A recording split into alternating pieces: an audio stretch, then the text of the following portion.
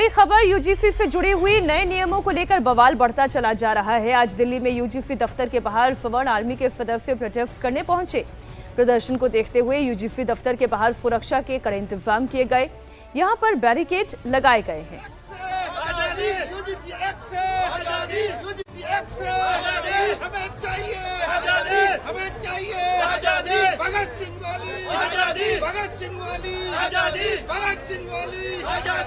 भास्कर मिश्रा हमारे सहयोगी इस वक्त जुड़ गए इस खबर पर ज्यादा जानकारी के साथ। भास्कर, पूरे देश भर में सवर्णों का गुस्सा इस नए नियम को लेकर लगातार भड़कता जा रहा है। सरकार के खिलाफ, यूजीसी के खिलाफ लगातार सवर्ण आवाज बुलंद कर रहे हैं।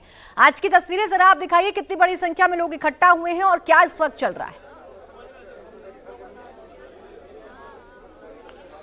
देखिए, सवर्ण सेना के द्वारा प्रोटेस्ट का कॉल दिया गया था। सबसे पहले मैं आपको दिखा दूं कि आज 6 से 7 लोग यहाँ पे सवर्ण सेना के सबसे पहले यहाँ पे पहुंचे थे और उनकी संख्या 8 से 9 हुई है। अभी तक वही लोग यहाँ पे पहुंचे हैं।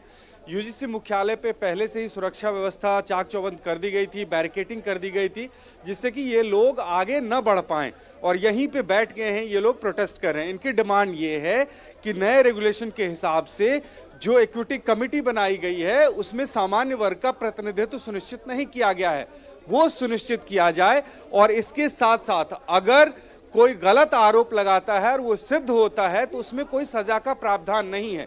ये 2 प्रमुख मांग है इनकी, और इन मांगों को जब तक मान नहीं लिया जाता है, रेगुलेशन में इस मांगों को शामिल नहीं कर लिया जाता, इनका प्रोटेस्ट जारी रहेगा। दूसरी तरफ ये कहना है कि इस तरह की रेगुलेशन की कोई जरूरत ही नहीं है, सिरे से इसको खारिज कर देना चाहिए, कोई जरूरत नहीं है। और यही वजह है कि सवर्ण सेना अलग अलग राज्यों में जो खासकर सामान्य वर्ग के स्टूडेंट्स हैं और सामान्य वर्ग से जुड़े हुए लोग हैं उनको बिल्कुल ठीक है। समानता के अधिकार की बात यूजीसी का नया नियम करता है, लेकिन समानता सवर्णों को क्यों नहीं मिल रही, ये सवाल है जो लगातार अगड़ों की तरफ से उठाया जा रहा है। भास्कर, बहुत शुक्रिया आपका तमाम जानकारी के लिए। और अब खबर नोएडा के सॉफ्टवेयर इंजीनियर युवराज मेहता की है। युवराज की मौत की जांच के लिए बनाई एसआईटी ने अपनी रिपोर्ट पूरी कर ली है। एसआईटी आज अपनी रिपोर्ट यूपी सरकार को सौंपने वाली है। 3 सदस्यों की एसआईटी सीएम योगी के आदेश पर बनाई गई है। इसने करीब 150 लोगों से पूछताछ के बाद 600 से अधिक पन्नों की रिपोर्ट तैयार की है। एसआईटी ने नोएडा विकास प्राधिकरण के अधिकारियों के अलावा पुलिस और जिला प्रशासन से जुड़े लोगों से भी सवाल जवाब किए हैं। माना यह जा रहा है कि इस रिपोर्ट के बाद नोएडा के कुछ अफसरों पर गाज गिर सकती है। नोएडा सेक्टर 150 में एक गड्ढे में गिरने से युवराज की मौत हो गई थी। 2 घंटे तक युवराज अपनी कार की छत पर आकर रेस्क्यू का इंतजार करता रहा था, लेकिन उसे बचाया नहीं जा सका था। इसके बाद से नोएडा प्रशासन सवालों के घेरे में है। अब खबर पटना में नीट की तैयारी कर रही छात्रा की संदिग्ध हालत में हुई मौत की। इस मामले में लगातार नए खुलासे हो रहे हैं। ताजा अपडेट ये है कि पुलिस की जांच में मृतक छात्रा नाबालिग निकली है। इसके बाद अब पॉक्सो एक्ट लगाने की तैयारी चल रही है। 2 दिन पहले ही एफएसएल के रिपोर्ट में खुलासा हुआ था कि छात्रा के कपड़े पर स्पर्म मिले थे, जिससे ये साफ है कि उसके साथ रेप हुआ था। छात्रा से रेप मामले में पटना पुलिस क्या कोई सच छिपा रही है? क्या जांच निष्पक्ष तरीके से नहीं हो रही है? ये सवाल इसलिए उठ रहा है क्योंकि छात्रा के अंतरंग वस्त्रों से स्पर्म मिला है, इसकी पुष्टि हुई है। रिपोर्ट के बाद एसआईटी एक्शन में आई है। पॉक्सो एक्ट के तहत अब मामला चलाया जाएगा। वहीं बिहार की मोतिहारी में भी एक दिल दहला देने वाली वारदात हुई है, जहां एक तरफा प्यार में पागल प्रेमी ने लड़की के इनकार पर खौफनाक कदम उठाते हुए उस पर एसिड अटैक कर दिया। इसमें ग्रेजुएट छात्रा बुरी तरह से घायल हो गई और छटपटाने लगी। घटना को उस वक्त अंजाम दिया गया जब वो अपने घर में अपनी मां के साथ सोई हुई थी। ये सब करने वाला उसका ही दूर का रिश्तेदार था। हमला होते ही लड़की के परिजनों ने आनन फानन में उसे शहर के एक निजी अस्पताल में भर्ती करवाया, जहां गंभीर स्थिति में उसका इलाज चल रहा है। घटना जिले के पताही थाना क्षेत्र की है। घायल युवती का इलाज मोतिहारी के एक निजी नर्सिंग होम में चल रहा है, जहां उसकी हालत गंभीर बताई जा रही है। तो तस्वीर आपको बताएं, बिहार के मोतिहारी से सामने आई है, जहां एक तरफा प्यार में एक लड़की पर एसिड अटैक किया गया।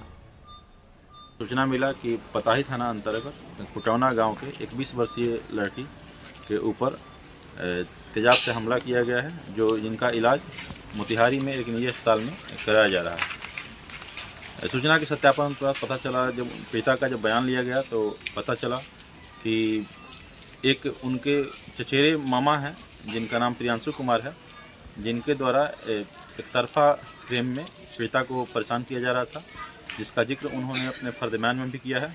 उनको गिरफ्तार किया गया, प्रियांशु कुमार को, और आगे की कार्रवाई हम लोग कर रहे हैं।